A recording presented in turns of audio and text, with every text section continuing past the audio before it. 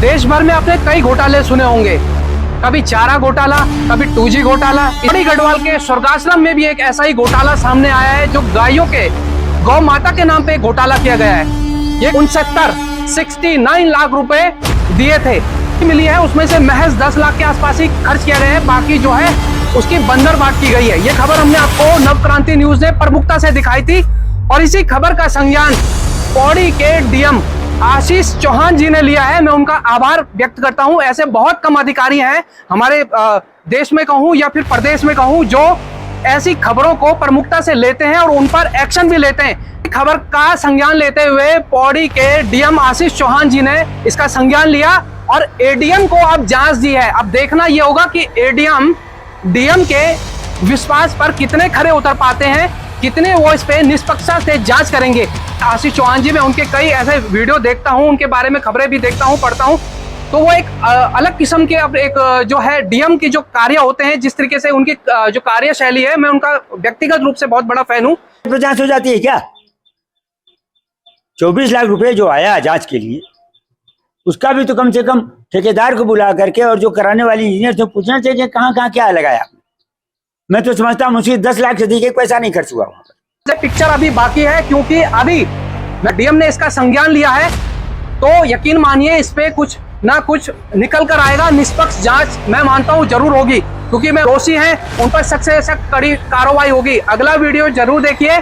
जिन लोगों ने पेज को फॉलो नहीं किया, पेज फॉलो कर लीजिए और चैनल को सब्सक्राइब कर लीजिए। क्या एक्शन होने वाला है हम आपको जल्दी बताएंगे।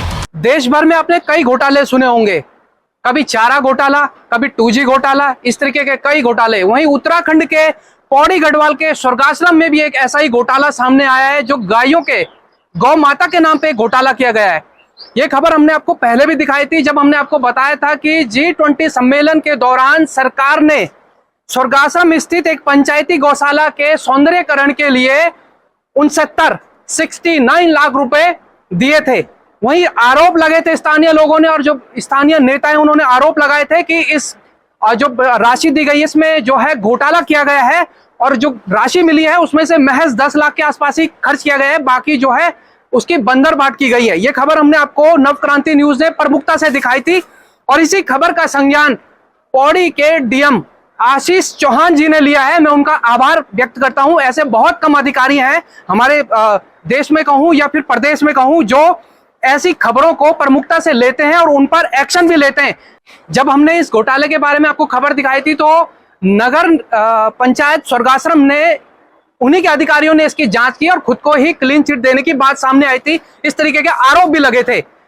इसी खबर का संज्ञान लेते हुए पौड़ी के डीएम आशीष चौहान जी ने इसका संज्ञान लिया और एडीएम को अब जांच दी है। अब देखना यह होगा कि एडीएम डीएम के विश्वास पर कितने खरे उतर पाते हैं, कितने वो इस पे निष्पक्षता से जांच करेंगे, क्योंकि बहुत से लोग अभी भी इस बात का इंतजार कर रहे हैं कि ये जो घोटाला, जो आरोप लगे हैं घोटाले के, कम से कम इसमें जो सच्चाई है वो बाहर निकल कर आनी चाहिए और जो आरोपी है उन पर सख्त से सख्त कार्रवाई होनी चाहिए।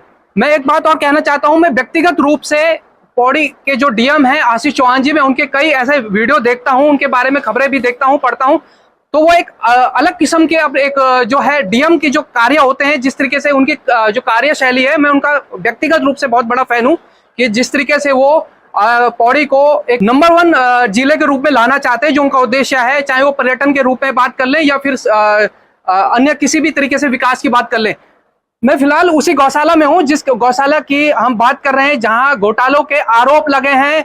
G20 में जो पैसा मिला था, किस तरीके से बंदरबाट के जो आरोप लगे हैं, उसी गौशाला में हम आप देख सकते हैं। इन्हीं जो ये नंदी है, गौवंश है, इन्हीं के नाम पे वो पैसा खाने का आरोप है। पैसा इन नंदी के लिए आया था, गौवंश के लिए आया था। इसके अलावा आगे भी गायें हैं। आप यहाँ पे जो देख रहे हैं ये नंदी है, ये गौवंश है। तो यहाँ पे करीबन बताया जाता है कि 300 गायें यहाँ पे हैं। 300 कुल मिला के 300 गाय और जो नंदी वंश है, यहाँ आप देखेंगे छोटे हैं, यहाँ बड़े नंदी हैं। इसके अलावा आगे जो है गायें हैं, इन्हीं के लिए वो पैसा आया था और पैसे को कैसे बंदरबाट कर दिया गया, आप हालत देख सकते हैं। अगर यहाँ सौंदर्यकरण किया जाता तो क्या ऐसे हाल आपको इसके देखने को मिलते। 69 लाख बहुत होते हैं, उसमें एक नया गौशाला, आलीशान गौशाला बन सकता था, लेकिन आप देख सकते हैं कि जगह जगह टूट फूट हुई है। इसके अलावा कहीं ऐसा हमको नहीं दिखाई दे रहा है। आपको बता दूं कि 69 लाख मिले थे, उसमें से अधिकारियों ने बताया कि यहाँ पे शौचालय का निर्माण किया गया है, एक ऑफिस का निर्माण किया गया है। उसके अलावा उन्होंने बताया था कि इसकी रंगाई पुताई की गई है और जो टीन सेट है वो डाले गए।